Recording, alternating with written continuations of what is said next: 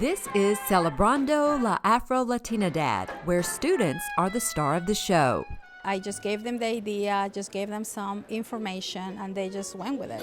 Spanish instructor Yertty Vandermolen says 100 of her Spanish students used artwork, cultural presentations, culinary displays, and stage performances to showcase their understanding of the Afro Latino heritage. I want them to learn and dispel some stereotypes about Latinos. I want them to realize that there is a bigger community out there. Non-traditional student Rick Brown displayed how Argentinian gauchos, otherwise known as South American cowboys, would have made tools in the 18th and 19th centuries. What I made was some homemade knives that were hand-forged and handmade in the traditional way, not using any power tools or anything.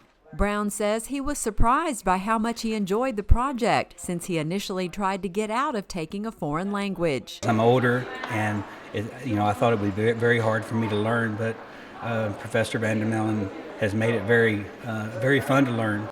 Junior Sherma Pierre Bott is originally from Jamaica. She played a big role in organizing the event and also served as host. So being able to share with my guests and to my friends as well is a big honor for me because I don't see myself in a lot of the people here.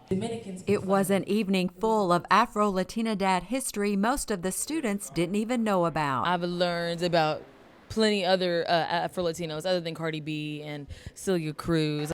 Hands-on learning is probably the best learning you can ever have. With this week's View from the Hill, I'm Amy Bingham.